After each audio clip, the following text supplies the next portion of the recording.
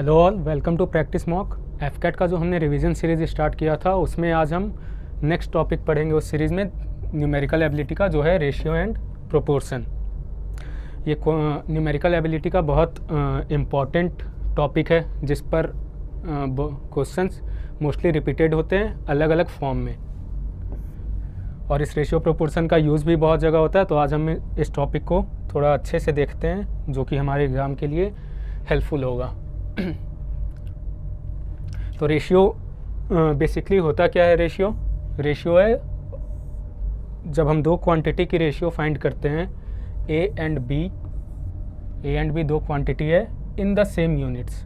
ठीक, ए और बी की जो यूनिट है वो क्या है? सेम होनी चाहिए। कि ए अगर केजीज में है तो बी भी जो होगा केजी में होगा। ये अगर ए सेंटीमीटर में है तो बी भी सेंटीमीटर में होना चाहिए। ये अगर मीटर में है तो बी भी मीटर में होना चाहिए। तो क्या है ratio of two quantities A and B in the same units is the fraction of A and B. Ratio को हम कैसे डिफाइन कर रहे हैं कि दो क्वांटिटी ए और बी जो कि सेम यूनिट में है, उसको रेशियो हम कैसे उसका डिफाइन कर सकते हैं? ए अपॉन बी से। किससे? ए अपॉन बी से। And we write it as A is to B, और हम इसे लिखते कैसे हैं? ए इज़ टू बी के फॉर्म में। ये जो साइन है ये रेशियो का साइन है। तो दो क्वांटिटी ए और बी जिसकी यूनिट सेम है, कि ए अगर केजी में है, मीटर में है, तो बी भी केजी या मीटर में होगा ए के कॉरस्पॉन्डिंग। इसको एक एग्जांपल से हम समझ लेते हैं कि ए अगर हमारा 20 केजी है, बी अगर हमारा 40 केजी है, तो ए इज़ टू बी क्या हो जाएगा?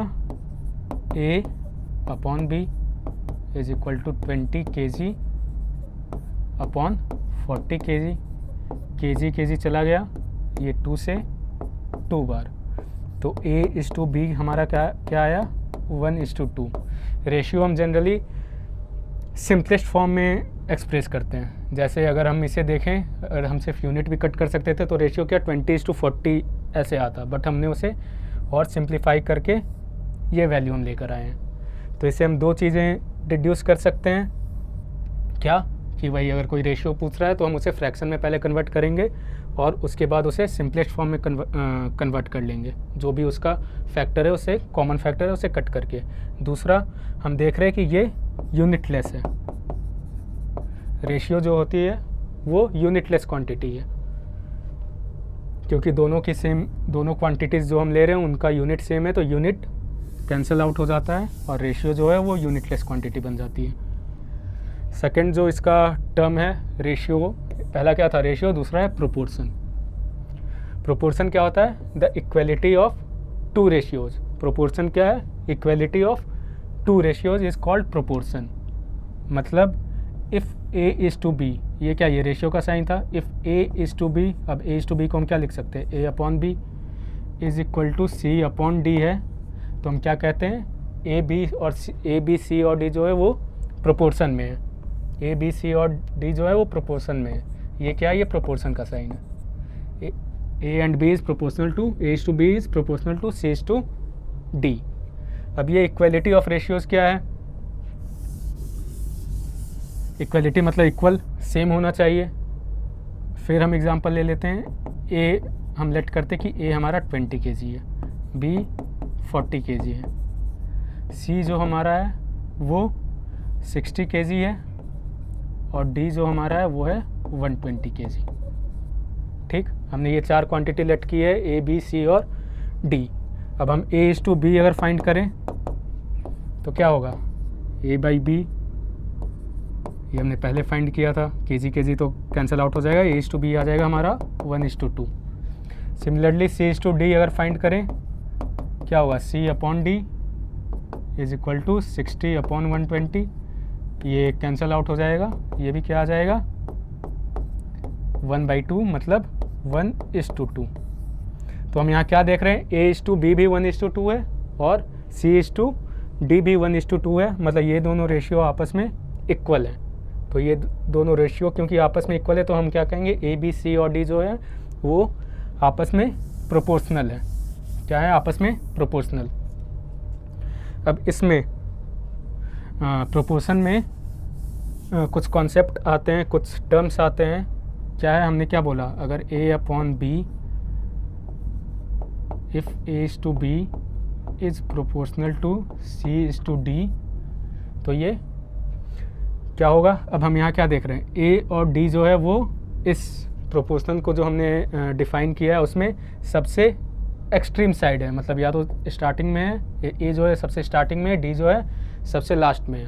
तो हम इसे क्या कहते हैं, एक्सट्रीम टर्म्स। a और d क्या है, एक्सट्रीम टर्म्स हैं। और ये जो दो जो बीच वाले टर्म है b और c, इन्हें हम क्या कहते हैं, मीन टर्म्स। a और d हमारे एक्सट्रीम टर्म्स है, b और c हमारे मीन टर्म्स हैं। तो इससे एक कॉन्सेप्ट निकल कर आता है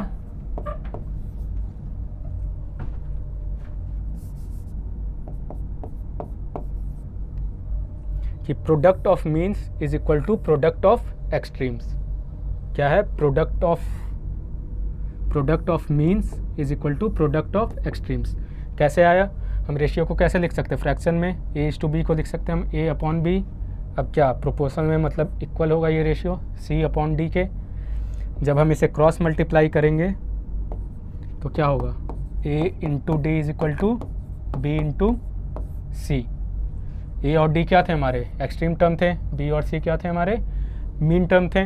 तो product of means is equal to product of extremes आ गया हमारा। इसी चीज़ पर बेस्ड, इसी फॉर्मूला कह लेते हैं इसको, इसी फॉर्मूला पर बेस्ड 2-3 टर्म और हैं। क्या, थर्ड प्रोपोर्शनल, फोर्थ प्रोपोर्शनल और मीन प्रोपोर्शनल। क्या, थर्ड प्रोपोर्शनल, फोर्थ और मीन। क्या कह रहा है, if a is to b is equal to b is to c, अगर a is to b equal है b इज टू c के, मतलब प्रोपोर्शन में है, then c is called the third proportional.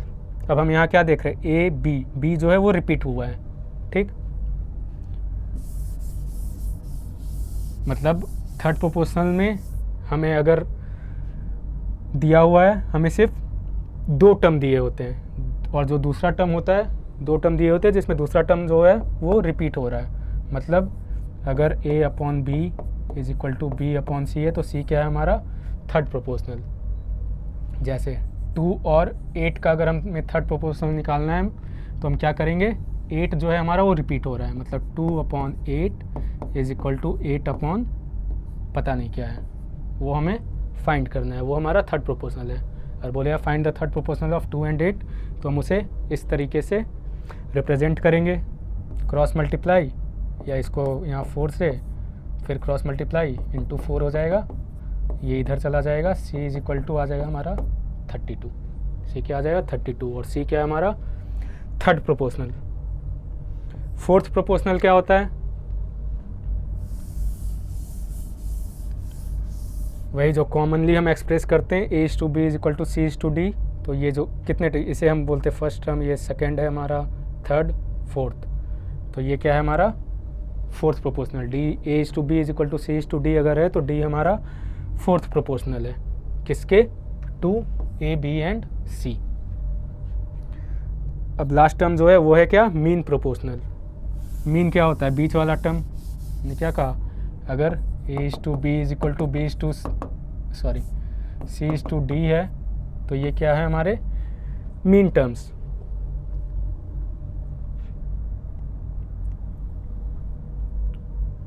तो अगर हमें फाइंड करना है mean proportional between a and b, अगर हमें फाइंड करना है mean proportional between a and b, तो इसकी वैल्यू क्या होती है, अंडर रूट ए बी।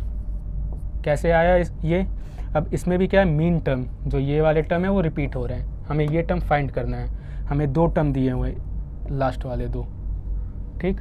और ये बीच वाला a इज टू x है, is proportional to x is to b है, ठीक।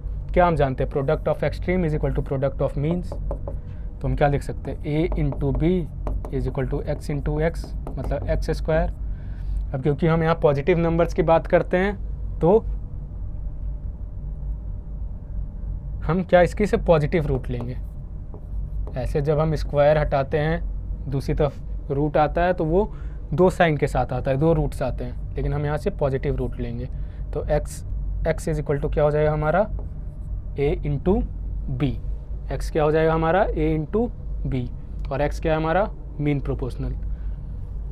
तो ये कुछ कॉन्सेप्ट थे बेसिक, इन्हीं को हम यूज़ करके आगे के क्वेश्चन में, सबसे पहले तो ये सबसे सिंपल कॉन्सेप्ट जो है यही बहुत ज़्यादा यूज़ होता है। फिर बहुत बार डायरेक्ट क्वेश्चंस होते हैं इस पर कि find the mean proportional of this and this, 2 number दिए हैं, या थर्ड प्रोपोर्शनल पर बेस्ड होता है। 4 टर्म भी होंगे तो वही product of means is equal to product of extreme को यूज़ करके हम कोई भी टर्म फाइंड कर सकते हैं जब हमें 3 टर्म दिया हो या 3 टर्म पता हो। जैसे मीन प्रोपोर्शनल में हमें सिर्फ 2 टर्म पता है, लेकिन उससे हमने क्या डिड्यूस किया कि बीच वाले टर्म जो हैं वो रिपीट हो रहे हैं, जो मीन टर्म है।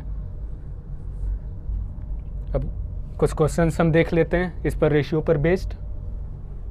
रेशियो पर जनरली एजेज, मिक्सचर, ऐसे नॉर्मल, ये सम वाला जो अभी फाइंड किया, नॉर्मल रेशियो पर बेस्ड कोई नहीं, नंबर्स को बस रेशियो में एक्सप्रेस कर देता है। मतलब रेशियो क्या एक कॉन्सेप्ट है जिसे हम मल्टीपल जगह यूज़ कर सकते हैं, टाइम एंड वर्क में या प्रॉफिट लॉस में, हर जगह। तो जो बेसिक, जो किसी अरिथमेटिक को यूज़ नहीं हो, अरिथमेटिक कॉन्सेप्ट जहाँ यूज़ नहीं हो रहा है, वैसे क्वेश्चन हम यहाँ देखेंगे। A certain sum is divided among A, B, C and D. एक सर्टेन सम जो ए, बी और सी, डी के बीच में डिवाइड किया गया such that ratio of shares of A and B is 1:3। A और बी, अब रेशियो दिया हुआ है मतलब ए अपॉन बी 1:3। कभी कभी क्वेश्चन में ऐसे दे देता है कि हमें सीक्वेंस का हमें अज्यूम करना पड़ता है कि सीक्वेंस यही होगा। ऐसे जब हम रेशियो को एक्सप्रेस करते हैं, अगर a to that of b ratio दिया हुआ है, ratio of a to that of b, मतलब ये फिक्स है कि ए इज इक्वल टू, अगर 1:3 है मतलब ए 1 जो है ए को रिप्रेजेंट कर रहा है, बी जो 3 जो है वो बी को रिप्रेजेंट कर रहा है। अगर ए एंड बी दिया रहता है तो इससे हम सीक्वेंस नहीं पता कर सकते हैं जब तक इसके आगे रिस्पेक्टिवली ना लगा हो।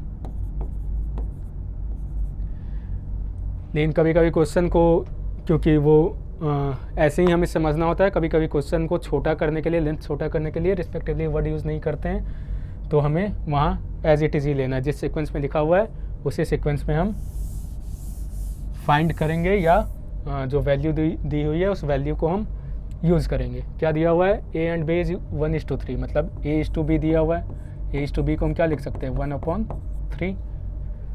बी और सी का रेशियो क्या है, 2:5। बी एंड सी 2:5 के रेशियो में है, and that of C and D is 2:3। C और डी का जो रेशियो है वो है 2:3।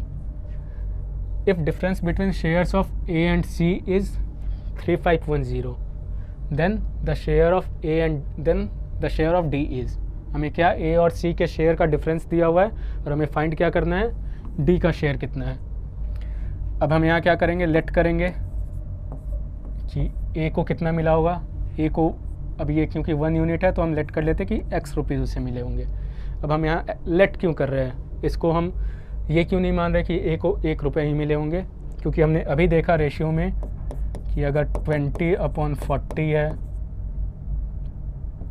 40/80 है, 60/120 है, सबका रेशियो क्या है, 1:2 है। तो हम ये रेशियो से ये फाइंड नहीं कर सकते किसे कितना अमाउंट मिला होगा, वो किसी भी मल्टीपल में हो सकता है। ये क्या ×1 × 1 है, ×2 × 2 है, तो ये तो अल्टीमेटली कट ही जा रहा है। तो इसलिए हम यहाँ लेट करेंगे कि ए को जो मिला होगा वो x रुपीज़ मिला होगा, तो इसके कॉरस्पॉन्डिंग 3 को कितना मिला होगा। अगर a/b इज इक्वल टू 1/3 है, a को अगर x मिला है तो b को कितना मिलेगा, क्रॉस मल्टीप्लाई हो जाएगा, b को 3x मिलेंगे। सिमिलरली b को 2 यूनिट, b और c का जो रेशियो है 2/5 है, तो c को कितना मिला हुआ, 3/2 × 5, मतलब 3/2 1.5 × 5 7.5x।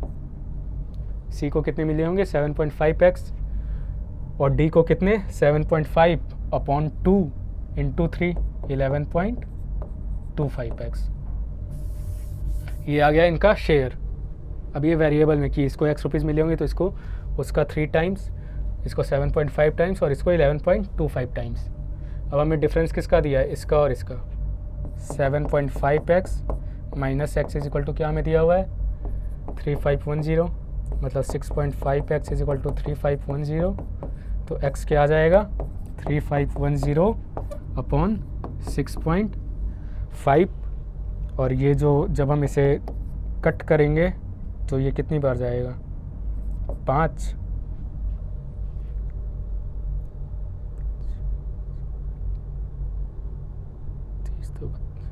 4, 540 आ जाएगा। ये कितना आ जाएगा 540। x की वैल्यू हमें मिल गई 540। पूछ क्या रहा है d का शेयर क्या है, तो d का 11.25x है, मतलब 11.25 टाइम्स x। जब हम इसे मल्टीप्लाई करेंगे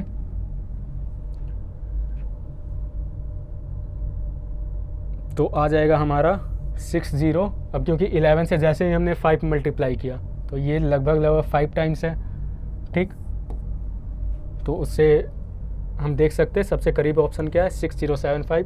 बट ये अजम्पशन नहीं, कभी कभी ऑप्शन होता है कि वही डेसिमल के कारण वैल्यूज़ अगर क्लोज हो, यहाँ तो बहुत डिफरेंस है, अगर क्लोज हो तो एरर होने के चांसेस होते हैं। तो एग्ज़ाम में हमें कैलकुलेशन जो है वो पूरा करना है, अजम्पशंस नहीं लगाने हैं। अजम्पशन वहाँ लगाएंगे जहाँ अजम्पशन या अप्रॉक्सीमेशन हम वहाँ लगाएंगे जहाँ पर डिफरेंस बहुत ज़्यादा है। इसे हम एक तरीके से और कर सकते हैं, होप कि ये क्लियर होगा। ये दूसरा तरीका हम देख लेते हैं। हमें क्या दिया हुआ है a अपॉन बी दिया हुआ है, b अपॉन सी दिया हुआ है, हमें डिफरेंस दिया हुआ है a और c का। तो अगर हमें a और c का रेशियो पता चल जाए तो उस रेशियो से हम डिफरेंस यूज़ करके सीधा c की वैल्यू ला सकते हैं। फिर c और d का हमें रेशियो पता है तो फिर हम उसे d फाइंड कर लेंगे। तो a अपॉन c को हम क्या लिख सकते हैं a upon b into b upon c. क्यों, क्योंकि b तो b न्यूमरेटर में भी b है, डिनोमिनेटर में भी b है, तो b कैंसिल आउट हो जाएगा। ये अल्टीमेटली a बाई सी ही आएगा, मतलब 1/3 इंटू 2 अपॉन 5, 2 अपॉन 15, ठीक। अब 2 अपॉन 15 डिफरेंस क्या है 13 यूनिट्स। 13 यूनिट की वैल्यू क्या है 3510। उससे 1 यूनिट की हम वैल्यू फाइंड करेंगे, उससे फिर c क्या है हमारा 15 यूनिट है, इंटू 15 कर देंगे, c की वैल्यू आ जाएगी। इस रेशियो को यूज़ करके हम d की वैल्यू फाइंड कर सकते हैं। कभी कभी नंबर पर बेस्ड भी क्वेश्चन होता है कि ऐसे ही रेशियो बहुत सारे दिए हुए हैं और लास्ट में सिर्फ ऐसे a b b c c d d e दे देगा, e f दे देगा। अगर हम उस पहले वाले मेथड से जाएंगे तो हम लेट करते रह जाएंगे कि पहला लेट किया, फिर डिवाइड करेंगे, मल्टीप्लाई करेंगे, तो वो थोड़ा टाइम टेकिंग होगा। लेकिन जैसे हम यहाँ देख रहे हैं, हमें अगर a बाई एफ फाइंड करना है, अगर हम इन सब को मल्टीप्लाई कर देंगे तो ये क्या b कैंसिल आउट हो जाएगा, c और c कैंसिल आउट हो जाएगा, d और d कैंसिल आउट हो जाएगा, e और e कैंसिल आउट हो जाएगा, तो हमें अल्टीमेटली a अपॉन एफ मिल जाएगा। तो कभी कभी इस टाइप के भी क्वेश्चन आते हैं जहाँ हम कैलकुलेशन को मिनिमल कैलकुलेशन के साथ आंसर फाइंड कर सकते हैं। नेक्स्ट क्वेश्चन देखते हैं हम। प्रोपोर्शन के कॉन्सेप्ट पर ये क्वेश्चन है, क्या है if x is the mean proportional between 12.8 and 24.8 and y is the third proportional. दो कॉन्सेप्ट यूज हो रहे हैं। मीन प्रोपोर्शनल क्या था, क्या हमने पढ़ा कि a और b का मीन प्रोपोर्शनल क्या होता है अंडर रूट ए बी। तो सिमिलरली इन दोनों का मीन प्रोपोर्शनल क्या होगा 12.8 इंटू 64.8। अगर ये a है ये b है, दोनों का प्रोडक्ट अंडर रूट। अब अगर हम इसे मल्टीप्लाई करेंगे तो टाइम टेकिंग प्रोसेस है। हमें रूट फाइंड करना है। अल्टीमेटली रूट क्या होता है, स्क्वायर रूट है ये। रूट क्या होता है, पेयर्स अगर हमारे बनते हैं तो उसको हम एक पेयर अगर 2 इंटू 2 रूट के अंडर है, मतलब इसका क्या है आंसर 2 होगा। ये पेयर के बदले एक नंबर बाहर आ जाता है। तो सिमिलरली हम क्या करेंगे, इसको ब्रेक करके देखते हैं। इसको हम क्या लिख सकते हैं 6.4 इंटू 2। इसको हम क्या लिख सकते हैं 8 इंटू 8.1। ये डेसिमल अगर हटाएंगे तो नीचे 10, ये पूरा रूट में है, ये पूरा रूट में, 10 बाहर नहीं है। 64 का रूट 8, 2 इंटू 8 16, 16 क्या होता है 4 इंटू 4, 16 4 इंटू 4 होता है, तो उसके बदले 4 आ जाएगा, और 81 के बदले हम 9 लिख सकते हैं। 2 10 है, 10 इंटू 10, एक 10 नीचे आ जाएगा, क्या है 72 इंटू 4 288 अपॉन 10, 10 ये हटाएंगे, ऊपर डेसिमल लगा देंगे, मतलब इसकी वैल्यू क्या है, मीन प्रोपोर्शनल इसका क्या है 28.8। ये देखते हैं थर्ड प्रोपोर्शनल क्या होता है, जो सेकेंड टर्म हमें गिवन है वो रिपीट हो रहा है, जो सेकेंड टर्म हमें गिवन है वो रिपीट हो रहा है, मतलब ये क्या है 38.4 upon 57.6 is equal to 57.6 upon c. ये है थर्ड प्रोपोर्शनल जो कि हमें पता नहीं है, फाइंड करना है। क्रॉस मल्टीप्लाई हुआ 57.6 मल्टीप्लाई हो गया इंटू 38.4, एक डेसिमल चला गया बाई 10, 24 से अगर हम इसे कट करेंगे 24 बार, एक बार 24, 14 144 6 16, 4 से 4 6, 4 से 1 4 17 4 144,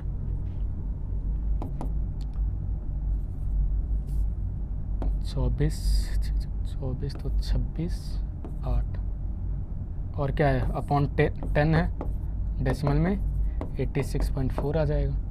ठीक, तो इसकी वैल्यू आ गई हमारी 28.8, थर्ड प्रोपोर्शनल की वैल्यू आ गई 86.4। क्या कह रहा है, x जो है वो मीन प्रोपोर्शनल है, हमें वैल्यू किसकी पूछ रहा है, तो इसको मैं इरेज कर देता हूँ। x 2x is to y, x हमारा क्या है 28.8 इंटू 2 हम कर देंगे, 2x पूछ रहा है, मतलब 16 17 2 8 16 157.6, और y क्या है 86.4। इसको हमें रेशियो फाइंड करना है, इन दोनों का फ्रैक्शन में लाएंगे। ठीक, 86.4 डेसिमल डेसिमल क्या, इसके बदले नीचे 10 आएगा, इसके बदले ऊपर 10 जाएगा, 10 कैंसिल आउट हो गया, 4 से 2 1 4 2 24 216, 4 से 144, 12 से एक बार 12 96 18 12, 6 से 2 3। आंसर क्या होगा इसका 2:3। ठीक, कभी कभी ये थोड़ा कैलकुलेटिव भी हो सकता है, कभी कभी बहुत सिंपल होगा, बहुत सिंपल वैल्यूज़ होंगे जिनका कैलकुलेशन बहुत आसान होगा। बस हमें पता क्या होना चाहिए कि मीन प्रोपोर्शनल कैसे फाइंड करते हैं और थर्ड प्रोपोर्शनल कैसे फाइंड करते हैं। अगर ये हमें पता नहीं होगा तो नंबर्स फिर कितने भी आसान हो हम आंसर नहीं फाइंड कर पाएंगे। एजेस पर बेस्ड क्वेश्चन है ये। क्या है, Ganesh is 3 year older than Kartik. कितने लोग हैं, गणेश कार्तिक विष्णु और भरत। गणेश कार्तिक विष्णु और Bharat. Ganesh is 3 years older than Kartik. Age हमें नहीं पता है कार्तिक की, तो कार्तिक की एज को हम एक्स लेट कर लेते हैं कि एक्स ईयर्स का है। अब गणेश क्योंकि 3 ईयर्स ओल्डर है, मतलब इसकी एज एक्स से 3 साल ज़्यादा होगी। अगर ऐसे गिवन है कि कार्तिक जो है अभी 20 साल का है और गणेश उससे 4 साल बड़ा है, तो गणेश की एज क्या होगी 24, 20 + 4, सिमिलरली ये x + 3 आ गया। Kartik is 5 years older then Vishnu. अब कार्तिक बड़ा है तो विष्णु की एज क्या होगी 5 ईयर्स ओल्डर है, तो इसकी 5 साल कम होगी x से। Vishnu is 6 years younger than Bharat. अब विष्णु जो है वो भरत से छोटा है, मतलब भरत की एज 6 साल ज़्यादा होगी। इसमें अगर हम 6 ऐड कर दें तो ये x + 1 आएगा। ठीक, इन चारों की एज हमें पता चल गई x के टर्म में। क्या दिया हुआ है, find the ratio of age of Ganesh to the age of Vishnu. Ganesh और विष्णु के एज का रेशियो हमें बताना है। If age of Bharat is 30 years. If age of Bharat is 30 years, ये क्या है, ये इक्वल टू है 30 के, मतलब x + 1 जो है वो 30 के बराबर है। x हमारा क्या होगा 29। अब गणेश और विष्णु का एज हमें एज का रेशियो पता करना है।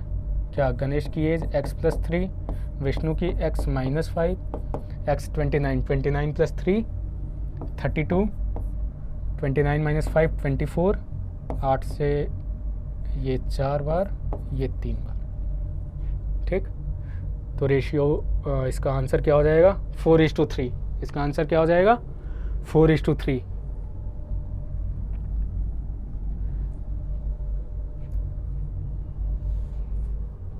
नेक्स्ट क्वेश्चन है, क्वाइंस पर बेस्ड क्वेश्चन होते हैं कि एक बैग में कुछ अमाउंट है सर्टेन डेनोमिनेशन के फॉर्म में, क्वाइन या नोट के फॉर्म में, उसके कॉरस्पॉन्डिंग फिर रेशियो वगैरह या परसेंटेज के फॉर्म में दिया होता है।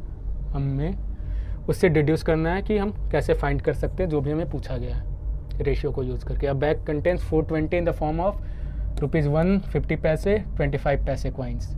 ठीक, इन द रेशियो 5:2:4 रिस्पेक्टिवली। मतलब 1 जो है वो 5 यूनिट है, 50 पैसे 2 यूनिट, और 25 पैसे के जो क्वाइन है वो 4 यूनिट है। Find the number of ₹1 and 25 पैसे क्वाइंस टुगेदर। ₹1 और 25 के कितने क्वाइंस हैं साथ में वो हमें बताना है। लेट कर लेते हैं 1 50 पैसे और 25 पैसे। अगर ये 5x है तो ये कितना हो जाएगा 2x। क्यों, ये रेशियो A:B:C अगर 5:2:4 है, मतलब A:B 5:2 के A:B का जो रेशियो है वो 5:2 है, B:C का रेशियो है 2:4 है। तो A अगर 5x है तो ये 5x इंटू B कितना हो जाएगा 2/5। इसकी वैल्यू 5 है इंटू 2, तो ये 2x, सिमिलरली ये 4x। अब ₹1 के 5x क्वाइन है, मतलब अमाउंट कितना होगा इंटू 1। ₹1 के 10 क्वाइन है, मतलब 10 इंटू 1 10 रुपये हैं, तो ये 5x रुपीज़ हो जाएंगे। 50 पैसे के 2x क्वाइन है, 50 पैसे मतलब आधा रुपया, तो आधा रुपया मतलब जितने क्वाइन हैं अपॉन 2। ठीक, इंटू हाफ ही तो करेंगे। 25 पैसे के 4x क्वाइन है, मतलब 25 पैसे क्या होता है ₹1 का 1/4, मतलब 4x इंटू 1/4 करेंगे तो ये रुपीज़ में आ जाएगा। हमें क्या रखना है, रुपीज़ में दिया हुआ है ये पूरा, तो सभी की यूनिट सेम रखनी है। ये नहीं कि ये रुपीज़ में, ये पैसे में है, ये पैसे में है, और हम उसे ऐड किए जा रहे हैं। हमने क्या अभी देखा कि रेशियो जो है वो सेम यूनिट के लिए यूज़ होता है। इज इक्वल टू क्या है 420।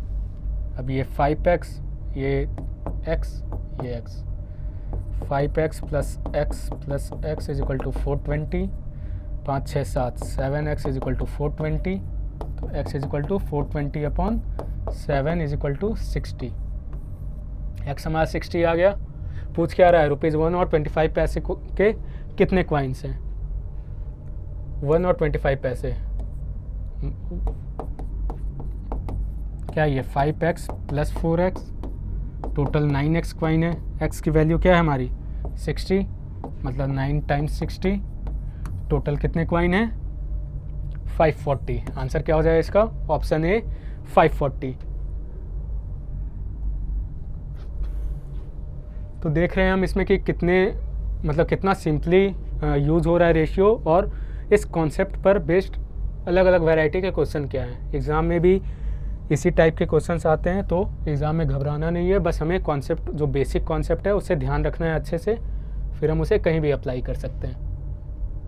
क्या यहाँ गिवन है, if 7x plus 3y is equal to 2x plus 7y। क्या गिवन है, 7x plus 3y is equal to 2x plus 7y। ठीक, फिर हमें find the value of this. ये एक एक्सप्रेशन दिया हुआ है, इसकी वैल्यू हमें फाइंड करनी है। हम क्या सेम टाइप के टर्म जो है x वाले टर्म को एक साथ लाएंगे। 7x माइनस 2x इधर जाएगा तो, और ये 7y ये इधर जाएगा तो माइनस होगा 4y, क्योंकि इधर प्लस में है। मतलब x/y ये नीचे आ गया 4/5। x और y की जो वैल्यू है, x और y की जो, अब इसे हम और ज़्यादा शॉर्ट नहीं कर सकते, मतलब x और y की जो रेशियो है वो है 4:5। ठीक, फिर हम लेट कर लेते हैं कि x जो हमारा है वो 4a यूनिट है, y जो हमारा है 5a यूनिट है। ठीक, हमें पूछ क्या रहा है 4x² plus y square upon 4x² minus y square की वैल्यू। क्या पूछ रहा है? 4x² plus y square, 4x² minus y square की वैल्यू पुट करते हैं हम। x हमारा क्या है? 4a, 4 इंटू 4a का स्क्वायर, पूरे पर स्क्वायर जाएगा, x पर स्क्वायर है वो, ये क्या सिर्फ x पर है, अगर ऐसे रहता तो ये पूरे पर स्क्वायर होता।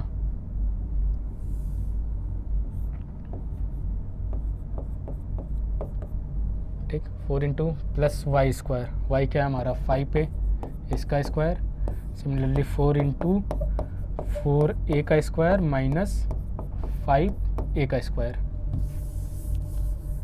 पुट करते हैं। 4 का square 16 into 4 64a square plus 25a square, 64a square minus 25a square, add किया हमने, ऊपर क्या आ गया 89, 6 2 8, 89a स्क्वायर। अब हम यहाँ देख रहे हैं, अच्छा नन ऑफ दिस भी ऑप्शन है, तो हमें पूरा कैलकुलेट करना पड़ेगा। एक तो 89 वाला ऑप्शन था हमारे पास, हम देखेंगे कि अगर ऑप्शन से भी फिर हम एलिमिनेट कर सकते हैं कि अगर किसी एक में सिर्फ 89 है, ऑप्शन में नन ऑफ दिस या और कुछ नहीं, सारे वैल्यूज़ दिए हुए हैं, तो हम देखेंगे कि किसी एक में 89 है तो हम सीधा उसे मार्क कर देंगे, आगे कैलकुलेट करने की ज़रूरत नहीं है। यहाँ कैलकुलेट कर लेते हैं। 4 माइनस 5 1, 9 और 5 2 3, 39 a स्क्वायर गया, ये और ज़्यादा सिंप्लीफाई नहीं होगा, तो आंसर क्या हो जाएगा 89/39। इसका आंसर क्या हो जाएगा 89/39। तो हमने अभी ये देखा कि रेशियो के वही जो बेसिक कॉन्सेप्ट हैं उनको यूज़ कर करके कैसे अलग अलग वैरायटी के क्वेश्चंस बनते हैं, उनमें से कुछ क्वेश्चन को हमने देखा। अब जब हम एग्ज़ाम में जाएंगे तो ये जो हमारा बेसिक जो है ये वाला पार्ट, अगर ये हमें क्लियर है तो इस पर बेस्ड किसी भी टाइप का क्वेश्चन आएगा तो हम उसे सॉल्व कर सकते हैं। ऐसे ही आज मैं रेशियो एंड प्रोपोर्शन का सेशन लेकर आया था, आगे क्वांट के लिए मतलब न्यूमेरिकल एबिलिटी, जीए के भी, जीए इंग्लिश और रीजनिंग के भी ऐसे ही सेशन आपको यूट्यूब पर फ्री मिलेंगे, वीडियोस जो होंगे फ्री मिलेंगे, तो आप वहाँ से अभी आने वाला जो हमारा एफकेट है उसके लिए रिवीजन कर सकते हैं। Thank you.